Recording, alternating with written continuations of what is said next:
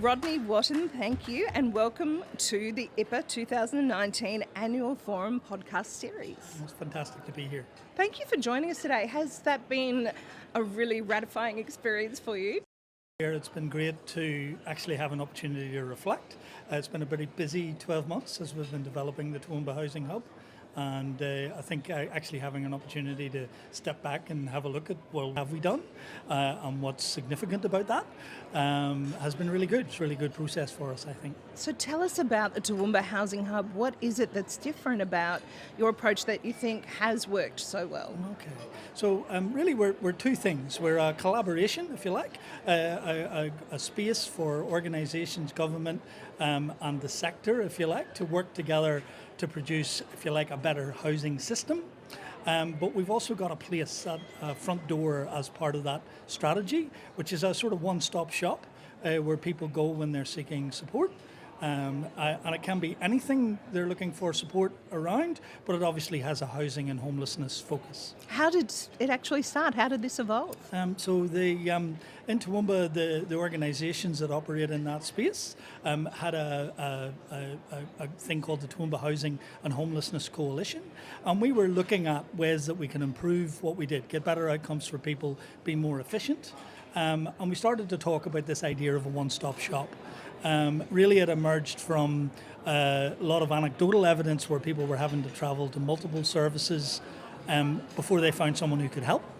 And the idea that maybe they could just go to one service provider, that service provider would channel them to the most appropriate support, and that we could save the whole sector time, but also more importantly, the person themselves wouldn't have to retell their story multiple times in order to get the support that they need. So it really was focused on their needs in that sense. Very much so, very much so. And the idea sprang from that. Yes, yeah. I mean, it sounds like a great idea, but I imagine it would have been quite hard to actually bring to fruition. Can you tell us how long did that take you to get all these different services to decide on how this would work? Yeah. It really depends on who you talk to. Certainly the idea has been around for a little while and has been being talked about 5 years or more. We did a pilot of a hub back in 2016, and that probably gave us the impetus to say, look, actually there's something in this. And certainly the reflection of people that were involved in that pilot said that it was very good for the people that received the service, but it was also very good for workers in their professional development. And that sort of spurred us on to start looking for support.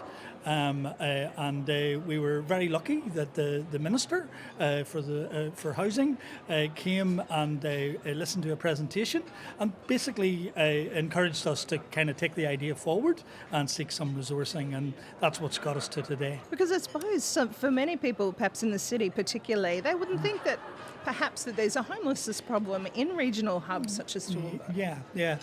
Look, I think, and sometimes even in Toowoomba, people struggle with the idea of, well, really, are there, possibly because they don't necessarily see people who are rough sleeping, although that is actually becoming more and more of a reality and is actually becoming much more visible, unfortunately. But what we do certainly see a lot of in Toowoomba is the sort of couch surfing, people with perhaps not any security of tenure about their accommodation. So remembering that homelessness is not just rooflessness, but it's also about not really having what most people would consider to be a reasonable home, a place to call home for their own. And your model has been able to respond to all of those specific needs? Yeah, so really we work at both ends of the spectrum. So where people are experiencing homeless, we're trying to move them through that continuum. So if they're rough sleeping tonight, we want to maybe get them into a hotel so that we get some time to work on their issues and maybe get them into some shelter or transitional housing.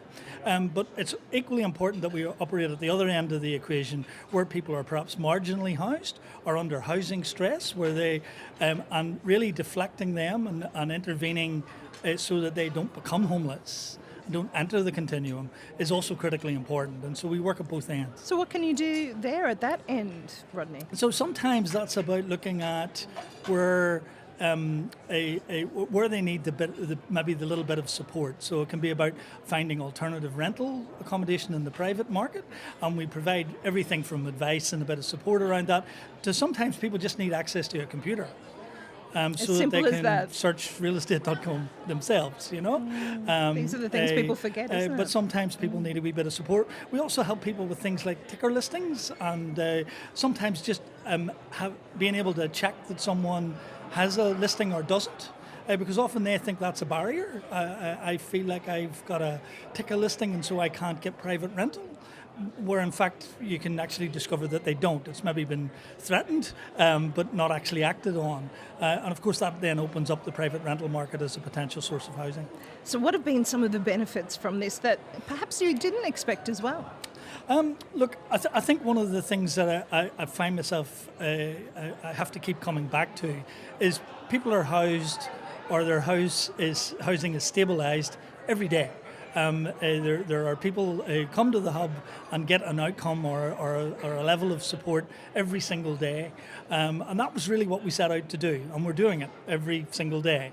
I think there's a number of things that we've found that have been really I suppose interesting by putting the organisations together under one roof. Each organisation gets to tap into the skills and the knowledge of the other workers, and a number of the workers have indicated that that's a real game changer.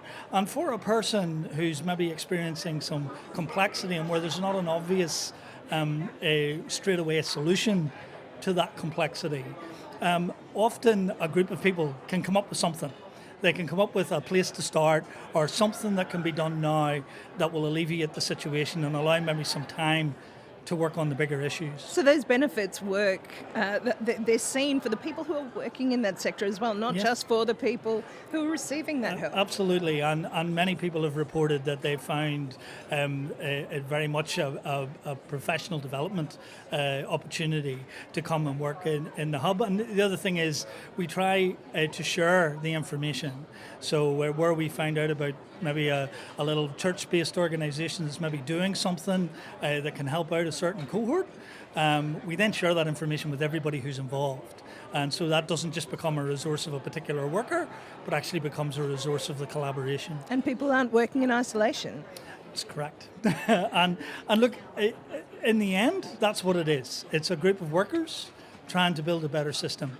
And it really, it come out of that. It come out of the workers suggesting, well, these are some issues that we see and some problems that we see in the way that we do business now, and here's a potential solution to that. Do you hope that having this forum today with IPAA or all around Queensland, that other similar models might be able to emerge? Yeah, look, we would be really encouraging people to certainly take a leaf from our book.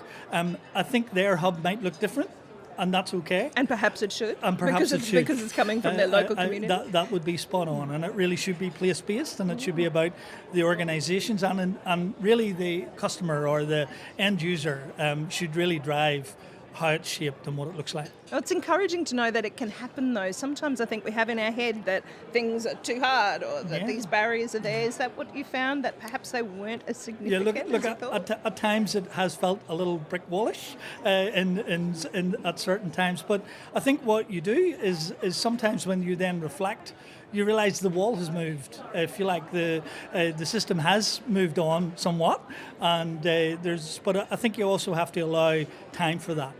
And I think you also need to be prepared to kind of live in the complexity, accept that you can't solve everything and that you need to work within and do what you can, with that goal of trying to smooth the pathway, though. Well, thank you so much, Rodney. Is there any final thoughts that you'd like to leave us with on the podcast? No, look, I think I've probably said most things. I think really that idea of keeping your focus on the end user or the customer, and that really we need to work together. We're not going to fix or make a better system that produces better outcomes unless we work together on it. Thank you so much for joining us, Rodney. Thank you for having me.